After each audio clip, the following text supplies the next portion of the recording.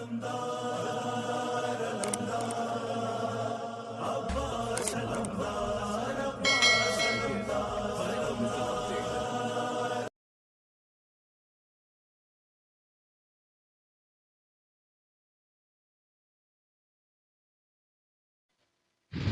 ذوال احترام،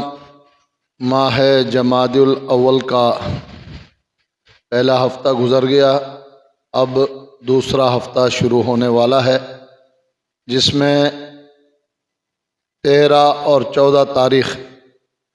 ہمارے ہاں تھوڑے سے اختلاف کے ساتھ شہادت حضرت بی بی فاطمہ زہرا سلام اللہ علیہا سے منسوب ہے۔ گویا ایام فاطمیہ کا باقاعدہ آغاز ہوا ہے۔ الحمدللہ شہر بھر میں مختلف جگہوں پر مختلف امام بارگاہوں مساجد میں مجالس کا سلسلہ بھی جاری ہے، تو ایسا نہیں ہوگا کہ ہم بھی یہاں تذکرہ کریں لیکن اس تاریخ کو ہم بھول جائیں، مگر درس کے انداز کے مطابق پچھلی مرتبہ ایک موضوع کو آپ کے سامنے پیش کرنے کی کوشش کی گئی تھی، کچھ باتیں پیش کی مگر اس کے بعد بہت ساری باتیں پھر بھی رہ گئی، لہٰذا اسی سلسلے میں آج بھی چند گزارشات آپ کی خدمت میں عرض کروں گا، جس کے لیے پھر ایک مرتبہ سورہ مبارکہ صف کی آیت نمبر 10 کو موضوع سخن قرار دے کر تلاوت کی گئی۔ آیت کے ترجمے اور مفہوم کے پیش کرنے سے پہلے ہمیشہ کی طرح سے چند ایک فقہی مسائل کا ذکر، کہ جو اصل میں اس درس کا اصل مقصد اور ہدف ہے، انشاءاللہ پروردگار دینی مسائل کو بیان کرنے کے لیے مجھے اور اس پر عمل کرنے کے لیے ہم سب کو توفیق عنایت فرما۔ یقیناً مسائل کے لیے حدیث کے نام سے حدیث کے ساتھ ایک گفتگو کا آغاز کر رہا ہوں۔ حدیث معصوم میں ہے اور ہم سب جانتے ہیں کہ جب معصوم سے سوال کیا گیا لما ذا سمیت فاطمہ فاطمہ، فاطمہ کا نام فاطمہ کیوں رکھا گیا ہے، تو معصوم نے جو مشہور معانی اور تعریف بیان فرمایا ان میں سے مشہور یہ ہے کہ آپ نے فرمایا کہ سمیت فاطمہ لأنہا فاطمہ محبیہا من النار،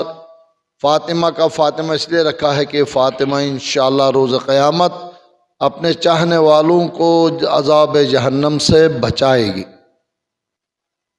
لیکن سامعین گرامی قدر، آپ نے غور فرمایا یہاں پر ایک لفظ آیا محب۔